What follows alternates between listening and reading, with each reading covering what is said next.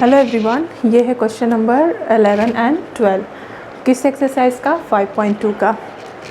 तो अब हम लोग करेंगे क्वेश्चन नंबर 11 और 12। जैसे कि मैंने पहले आपको बोला था कि हम वर्ड प्रॉब्लम को समझते हैं और फिर सॉल्व करते हैं, ठीक है। तो क्वेश्चन पढ़ेंगे। क्वेश्चन में क्या दे रखा है, which term of the AP 3, 15, 27, 39 will be more than it's 50 will be more than 132 will be 132 more than it's 54 term. मतलब क्वेश्चन में कह रहा है एक AP आपको दे दी गई है और कौन सा टर्म 132 ज़्यादा होगा कौन से वाले टर्म से, 54 टर्म से। तो जब हम देखते हैं जब कोई किसी चीज़ का कंपैरिजन होता है तो हम कंपैरिजन वाली चीज़ों को ध्यान से देखते हैं। देन के बाद जो लिखा होता है वो माइनस में चला जाता है। जैसे मैथ्स की लैंग्वेज में जैसे लिखा है ना, देन इट्स 54 टर्म। कौन सा टर्म 54 टर्म से ज़्यादा, मतलब 54 टर्म से ज़्यादा होगा, कितना ज़्यादा होगा 132। मतलब वो कौन सा टर्म होगा इस AP का जो उसका 54वां पद मतलब 54th टर्म और वो जो टर्म हमें निकालना है उससे 132 ज़्यादा होगा। तो इसका मतलब सबसे पहले हम क्या करेंगे सॉल्यूशन में, ठीक है, हम ये जो AP है उसको लिख लेंगे। ये AP क्या है, 3, 15, 27, 39 डॉट डॉट डॉट डॉट। अब इसमें हम चेक करेंगे फर्स्ट टर्म 3, D कितना हो जाएगा 15 माइनस 3 बराबर कितना 12। मतलब A की वैल्यू 3 और D की वैल्यू 12, ये तो हमें पता चल गया।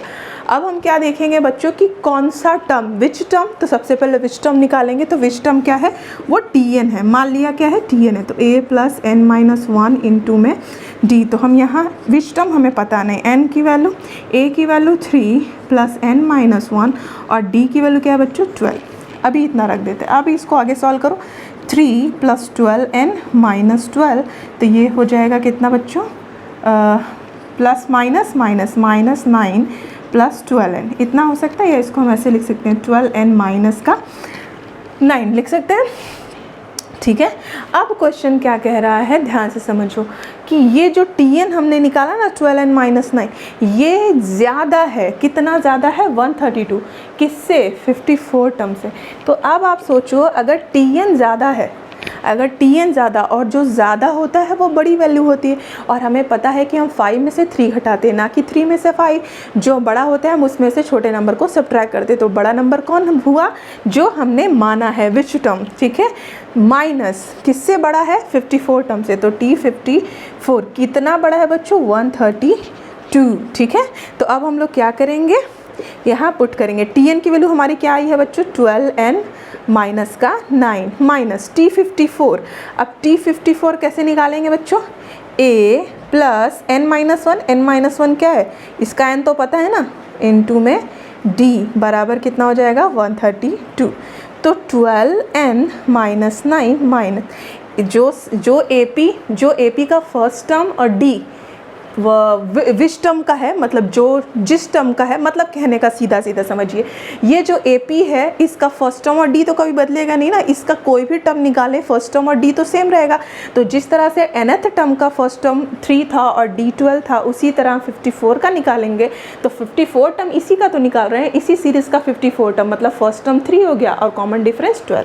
तो कितना हो जाएगा 3 प्लस 54 में से गया 53 इंटू D की वैल्यू 12 बराबर में 132। तो ये क्या हो जाएगा बच्चों 12n माइनस 9 माइनस 3 प्लस इसको सॉल्व करिए। 12 3 36 का 6 हासिल लगा 3, 12 पंजे 60, 3 63, इतना हो गया बराबर 132। 12n माइनस 9 माइनस ये कितना हो जाएगा 3639 बराबर 132। तो हो जाएगा 12n माइनस माइनस प्लस, तो 9 9 18 8, 3 1 4 और ये 648 बराबर 132।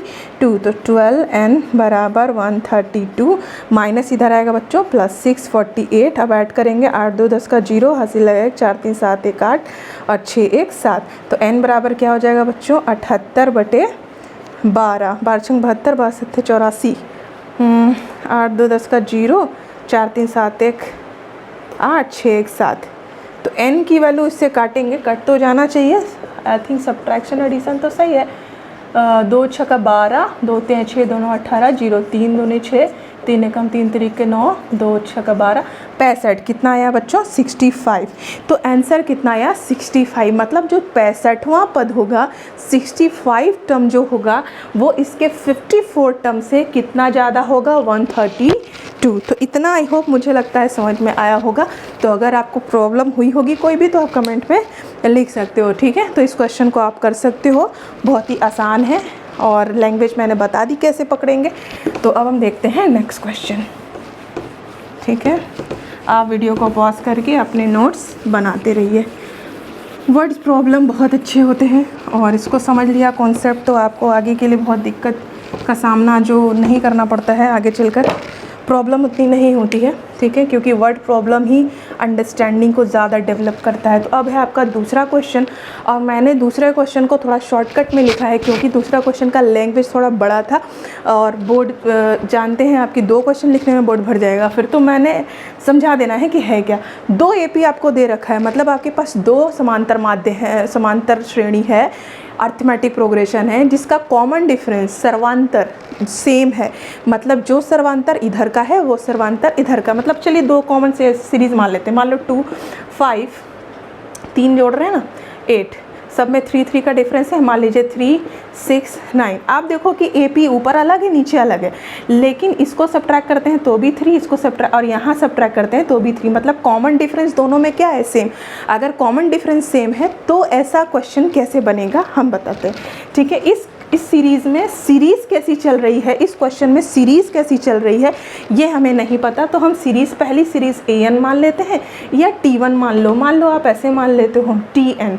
तो आपका जो पहला सीरीज चल लेकिन TN ऐसे चलिए ले लीजिए TN ले लेते हैं जिसका पहला पद A है और देखिए फर्स्ट टर्म तो नहीं बोला सेम है, कॉमन डिफरेंस सेम है तो सिर्फ कॉमन डिफरेंस सेम रखेंगे। तो A1 n-1 into common difference same है तो D रखेंगे। दूसरा TN डैश ले लीजिए, इसका जो स्टार्टिंग पद है वो A2 ले लीजिए या मान लीजिए BN ले लेते हैं, प्लस n-1 इंटू में कॉमन डिफरेंस सेम है तो कॉमन डिफरेंस सेम रखेंगे। अब हम क्या करते हैं, इन दोनों सीरीज को सब्ट्रैक्ट करते हैं, ठीक है। सब्ट्रैक्ट कर, यहाँ मैंने थोड़ा सा इस क्वेश्चन को हिंट में लिख रखा है ताकि आपको अच्छे समझा दे। मान लीजिए हमने लिखा दोनों सीरीज़ का सब्ट्रैक्शन, अगर हम इन दोनों को B1, ठीक है, अगर हमने इन दोनों सीरीज़ को आपस में सब्ट्रैक्ट किया A प्लस n-1 इंटू में D minus B1 minus n-1 into में D, तो अब आप ध्यान से देखो कि ये वाला जो पूरा टर्म है ये तो कैंसिल हो गया, तो बचा क्या? A1 minus B1, TN minus TN dash, मतलब पहले सीरीज़ का nth टर्म और दूसरे सीरीज़ का nth टर्म, ठीक है। फर्स्ट सीरीज़ का nth टर्म और दूसरे सीरीज़ का nth टर्म, दोनों का A1 माइनस B1 आ रहा है। आप क्वेश्चन में आपको एक और चीज़ हिंट दे रखी कि यदि दोनों सीरीज़ के 100वें पद का जो डिफरेंस है या जो कह सकते हैं कि डिफरेंस ही कहिए या सब्ट्रैक्शन है वो कितना है? 100 है। अगर दोनों सीरीज़ का 100वां मतलब 100वां पद दोनों ही सीरीज़ का 100वां पद घटाते हैं तो 100 आता है, तो 1000वां पद घटाएंगे तो कितना हुआ? तो बच्चे जल्दी से जवाब दे देंगे 1000 आएगा। 100वां पद घटाने पे 100 आता है तो 1000वां घटाने पे 1000 आएगा, जबकि ये बात गलत है। अब आप कैसे गलत है आप ध्यान से देखिए, पहले सीरीज़ का कौन सा पद? 100वां, तो n की जगह क्या रखेंगे बच्चों? 100। दूसरे सीरीज़ का भी कौन सा पद बोल रहा है? 100।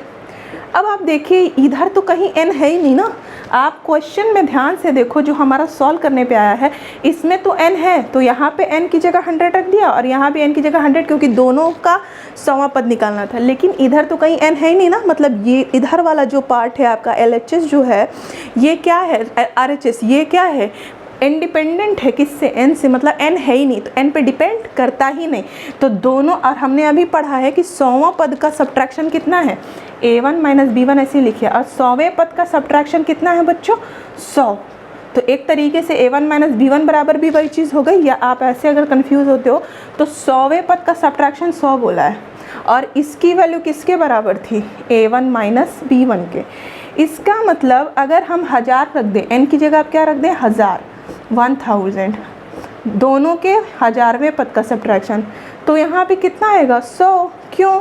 क्योंकि n की जगह 100 रखने पे जब 100 आ रहा है, 100वें पद का सब्ट्रैक्शन 100 दे रखा है, और n की जगह हम 1000 पुट कर दें तो इधर तो कुछ n है ही नहीं ना कि n की जगह 1000 आएगा। जब इधर n है ही नहीं तो वही 100 उतर जाएगा ना नीचे। अब बात ध्यान से समझिएगा, इधर की तरफ n नहीं है, अगर इधर n नहीं है तो n की जगह चाहे 1 लाख रख दो, आंसर तो 100 ही आना है ना, क्योंकि n तो है ही नहीं, n तो इधर है। n की जगह आप 1000 रखो, चाहे 10 लाख रख दो, चाहे 1 करोड़ रख दो, इधर तो 100 ही आएगा। क्यों? क्योंकि इधर n की वैल्यू है ही नहीं। जब n की वैल्यू है ही नहीं तो आप इधर पुट कर नहीं सकते। आई होप कि मुझे लगता है मैंने समझा दिया ये चीज़। फिर भी नहीं समझ में आई तो कमेंट में ज़रूर बताइएगा कि ये क्वेश्चन में प्रॉब्लम है। तो हमने 2 क्वेश्चन कर लिए, ठीक है। दोनों क्वेश्चन को अच्छे से करके प्रैक्टिस कीजिएगा। बाकी जो भी प्रॉब्लम हो बताइएगा कमेंट सेक्शन में। जैसा लगे वीडियो अच्छा लगे तो ज़रूर कमेंट कीजिएगा, और कोई प्रॉब्लम हो तो भी कमेंट कीजिएगा। ओके, तो पढ़ते रहिए, मुस्कुराते रहिए, लाइक से सब्सक्राइब करना ना भूलें। Bye bye, take care, keep learning.